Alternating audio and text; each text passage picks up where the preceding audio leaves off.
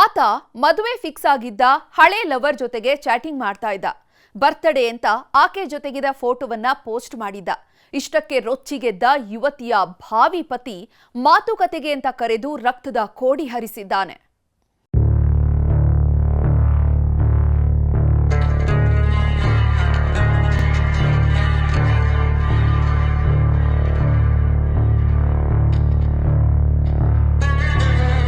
ಈ ಹುಡುಗಿರ ಮನಸ್ಸಲ್ಲಿ ಏನೇನಿದೆ ಅಂತ ತಿಳ್ಕೊಳ್ಳೋ ತಾಕತ್ತು ಯಾರಿಗೂ ಇಲ್ಲ ಬಿಡಿ. ಯಾವಾಗ ದೂರ ಆಗ್ತಾರೋ, ಯಾವಾಗ ನೀನೇ ಬೇಕು ಅಂತಾರೋ ಒಂದು ಗೊತ್ತಾಗಲ್ಲ. ನೀನೇ ಪ್ರಾಣ ಎಂದ ಮರುಕ್ಷಣವೇ ಬಿಟ್ಟೋಗ್ತಾರೆ. ಬಿಟ್ಟೋಗಿ ಮತ್ತೆ ಬದುಕಲ್ಲಿ ಬಂದು ಬಿರುಗಾಳಿಯನ್ನೇ ಎಬ್ಬಿಸ್ಬಿಡ್ತಾರೆ. ಚಿಕ್ಕಮಗಳೂರಲ್ಲಿ ಇಂಥದ್ದೇ ಲವ್ ಸ್ಟೋರಿಗೆ ಯುವಕನ ಹೆಣ ಉರುಳಿದೆ. ಬಿಟ್ಟೋಗಿದ್ದ ಪ್ರೇಯಸಿ ಮತ್ತೆ ಬಂದ್ಲು ಅನ್ನೋ ಖುಷಿಯಲ್ಲಿದ್ದವನ ರಕ್ತದ ಕೋಡಿ ಹರಿದಿದೆ.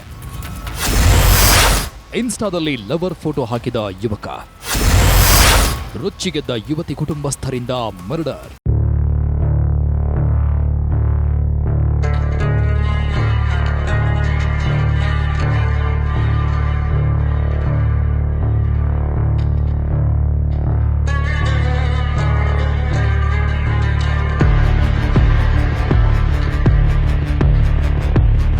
ಹದಿಹರಿಯದ ಹೃದಯಗಳಿಗೆ ಪ್ರೀತಿ ಮುಂದೆ ಎಲ್ಲವೂ ಶೂನ್ಯ.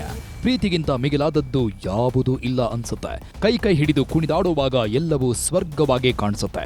ಆದರೆ ಕೆಲವರ ಬಾಳಲ್ಲಿ ಅದೇ ಪ್ರೀತಿ ಕಂಟಕವಾಗಿಬಿಡುತ್ತೆ. ಪ್ರೀತಿಸಿದವಳ ಜೊತೆ ಮುದ್ದಾಗಿ ಪೋಸ್ ಕೊಟ್ಟಿರೋ ಈತನ ಬಾಳಲ್ಲಿ ಆಗಿದ್ದೂ ಅದೇ.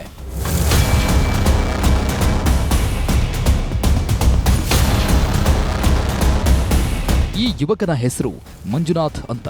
ಜಸ್ಟ್ 21 ವರ್ಷ. ಚಿಕ್ಕಮಗಳೂರು ಜಿಲ್ಲೆಯ ತರೀಕೆರೆ ತಾಲೂಕಿನ ಉಡೇವ ಗ್ರಾಮದವನು. ಕಳೆದ ಕೆಲ ವರ್ಷಗಳಿಂದ ತರೀಕೆರೆ ಮೂಲದ ಯುವತಿಯನ್ನ ಪ್ರೀತಿಸ್ತಾ ಇದ್ದ. ಆಕೆ ಕೂಡ ಮಂಜುನಾಥ್ ಅಂದ್ರೆ ಪ್ರಾಣ ಅಂತಿದ್ಲು. ಪ್ರೀತಿಯಲ್ಲಿ ಬಿದ್ದ ಜೋಡಿ ಪ್ರೇಮರಾಗ ಹಾಡೋದಕ್ಕೆ ಶುರು ಮಾಡಿತ್ತು. ಒಂದಾಗಿ ಬಾಳ್ಬೇಕು ಅಂತ ನೂರಾರು ಕನಸು ಕಂಡು ಪ್ರೀತಿಯ ಅಲೆಯಲ್ಲಿ ತೇಲಾಡ್ತಿದ್ರು.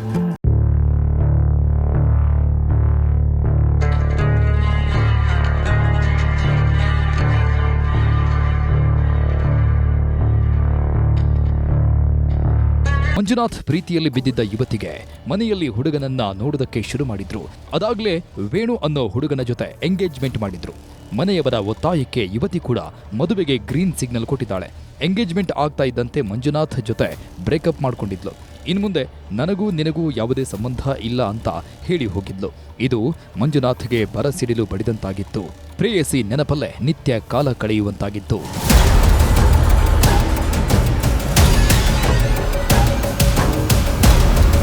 ವೇಣು ಜೊತೆ ಸಂಸಾರದ ಕನಸು ಕಂಡಿದ್ದ ಯುವತಿಗೆ ಕೆಲ ದಿನಗಳಲ್ಲೇ ಶಾಖ ಕಾದಿತ್ತು. ಭಾವಿ ಪತಿ ವಿರುದ್ಧ ಹಲವು ಕೇಸ್ಗಳು ಇರೋದು ಗೊತ್ತಾಗಿತ್ತು.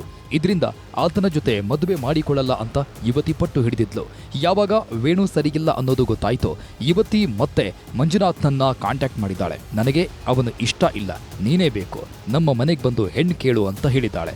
ಹಳೆ ಲವರ್ ಮತ್ತೆ ಸಿಗ್ತಾ ಇದ್ದಂತೆ ಮಂಜುನಾಥ್ಗೆ ಹೊಟ್ಟೆಯಲ್ಲಿ ಚಿಟ್ಟೆ ಬಿಟ್ಟಂಗಾಗಿತ್ತು. ಅಲ್ಲಿಂದ ಕಾಲ್ ಮೆಸೇಜ್ ಮಾಡ್ತಾ ಪ್ರೀತಿಯಲ್ಲಿ ಮುಳುಗಿದ್ರು. ಮೊನ್ನೆಯಷ್ಟೇ ಯುವತಿ ಬರ್ತ್ಡೇ ಇತ್ತಂತೆ. ಹೀಗಾಗಿ ಆಕೆ ಜೊತೆಗಿನ ಫೋಟೋಗಳನ್ನ ಮಂಜುನಾಥ್ ಇನ್ಸ್ಟಾದಲ್ಲಿ ಪೋಸ್ಟ್ ಮಾಡಿದ್ದಾನೆ. ಇದೇ ಫೋಟೋಗಳು ಆತನ ಜೀವಕ್ಕೆ ಕುತ್ತು ತಂದಿಟ್ಟಿವೆ.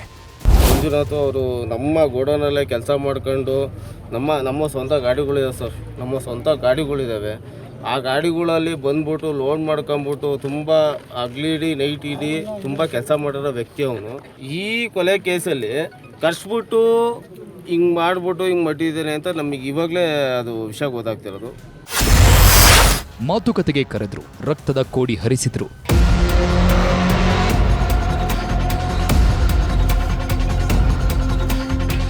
ತನ್ನ ಮದುವೆಯಾಗೋ ಹುಡುಗಿ ಜೊತೆ ಮಂಜುನಾಥ್ ಫೋಟೋ ನೋಡ್ತಾ ಇದ್ದಂತೆ ವೇಣು ಪಿತ್ತ ನೆತ್ತಿಗೆರಿತ್ತು. ಅಲ್ಲದೆ ಯುವತಿ ಅಣ್ಣನೂ ರಾಕ್ಷಸನಾಗಿದ್ದ. ಹೇಗಾದ್ರೂ ಮಾಡಿ ಮಂಜುನಾಥ್ನನ್ನ ಮುಗಿಸ್ಲೇಬೇಕು ಅಂತ ಸ್ಕೆಚ್ ಹಾಕಿದ್ದಾರೆ. ನಿನ್ನ ಜೊತೆ ಮಾತಾಡಬೇಕು ಅಂತ ಮಂಜುನಾಥ್ನನ್ನ ಕರೆಸಿದ್ದಾರೆ. ಮಂಜುನಾಥ್ ಬರ್ತಾ ಇದ್ದಂತೆ ಕಿರಿಕ್ ಮಾಡಿ ಚಾಕು ಇರಿದು ರಕ್ತ ಹರಿಸಿದ್ದಾರೆ. ಕೂಡಲೇ ಶಿವಮೊಗ್ಗದ ಮ್ಯಾಕ್ಸ್ ಆಸ್ಪತ್ರೆಗೆ ದಾಖಲಿಸಲಾಗಿದ್ದು ಚಿಕಿತ್ಸೆ ಫಲಿಸದೆ ಮಂಜುನಾಥ್ ಸಾವನ್ನಪ್ಪಿದ್ದಾನೆ. ಆ ಹುಡುಗಿ ಮತ್ತೆ ಈಗ 2-3 ತಿಂಗಳಿಂದ ಮತ್ತೆ ಅವನಿಗೆ ಮೇಲೆ ಮೆಸೇಜ್ ಮಾಡಿದ್ದಾಳೆ. ನನಗೆ ಅವನು ಇಷ್ಟ ಇಲ್ಲ, ಬಂದು ಮನೇಲಿ ಒಪ್ಸು, ನಾನು ನಿನ್ನ ಜೊತೆ ಬರ್ತೀನಿ, ಮನೇಲಿ ಒಪ್ಸು ಅಂತ ತುಂಬ ಪ್ರೆಜರ್ ಮಾಡಿ ಇವನು ಎಲ್ಲ ಮರ್ತಿದ್ದವನಿಗೆ ಇವನಿಗೆ ಮೈಂಡ್ ಒಂಥರ ಡೈವರ್ಟ್ ಆದಂಗೆ ಆಗ್ಬಿಟ್ಟಿದೆ. ಅವಾಗಿನ ಟೈಮಲ್ಲಿ ಇವನು ಏನು ಮಾಡಿದ್ದಾನೆ, ಸರಿ ಅಂತ ಹೇಳ್ಬಿಟ್ಟು ಮೆಸೇಜ್ ಮಾಡಿದ್ದಾನೆ. ಬರ್ಡೇಗೆ ನೆನ್ನೆ ವಿಶ್ ಮಾಡಿದ್ದಾನೆ. ಮೊನ್ನೆ ರೀಸೆಂಟಾಗಿ 2-3 ದಿನದ ಬರ್ಡೇಗೆ ವಿಶ್ ಮಾಡಿದ್ದಾನೆ ಅಂತ ಹೇಳ್ಬಿಟ್ಟು ಅದೊಂದು ಇಂಟೆನ್ಷನ್ ಇಟ್ಕೊಂಡ್ಬಿಟ್ಟು ಕರೆದುಬಿಟ್ಟು ಹುಡುಗ ಮತ್ತು ಅವ್ರ ಅಣ್ಣ ಬೈಪಾಸಲ್ಲಿ ಕೊಲೆ ಮಾಡಿದ್ದಾರೆ. ಈ ಸಂಬಂಧ ತರೀಕೆರೆ ಠಾಣೆಯಲ್ಲಿ ಎಫ್ಐಆರ್ ದಾಖಲಾಗಿದೆ. ಆರೋಪಿಗಳಾದ ವೇಣು, ಕಿರಣ್, ಅಪ್ಪು ಮತ್ತು ಮಂಜು ಎಂಬಾತನನ್ನ ಅರೆಸ್ಟ್ ಮಾಡಿದ್ದಾರೆ. ಜೊತೆ ಈ ಇರ್ತಕ್ಕಂಥ 4 ಆರೋಪಿಗಳ ಪೈಕಿ ಒಬ್ಬ ಆರೋಪಿ ಯಾರು ಇದ್ದಾರೆ, ವೇಣು ಅನ್ನೋ ವ್ಯಕ್ತಿ ಜೊತೆ ಕಿರಣ್ ತಂಗಿನ ಎಂಗೇಜ್ಮೆಂಟ್ ಆಗಿತ್ತು, ಇತ್ತೀಚೆಗೆ ಎಂಗೇಜ್ಮೆಂಟ್ ಆಗಿತ್ತು. ಎಂಗೇಜ್ಮೆಂಟ್ ಆದ ನಂತರವೂ ಸಹ ಇವನು ಮೆಸೇಜ್ ಮಾಡ್ತಿರೋದ್ರಿಂದ ಅವರು ಈ ಥರ ಘಟನೆ ಮಾಡಿದ್ದಾರೆ ಅಂತ ನಮಗೆ ಪ್ರಾಥಮಿಕ ತನಿಖೆಯಿಂದ ಆರೋಪಿಗಳನ್ನು ಶೀಘ್ರದಲ್ಲೇ ಬಂಧಿಸ್ತೀವಿ.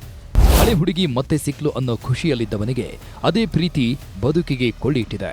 ಮಗನ ಕಳೆದುಕೊಂಡ ಕುಟುಂಬ ಕಣ್ಣೀರಲ್ಲಿ ಕೈ ತೊಳೆಯುವಂತಾಗಿದೆ. ಯೋಗೀಶ್ ಕಾಮಿನಹಳ್ಳಿ, ನ್ಯೂಸ್ 18 ಚಿಕ್ಕಮಗಳೂರು.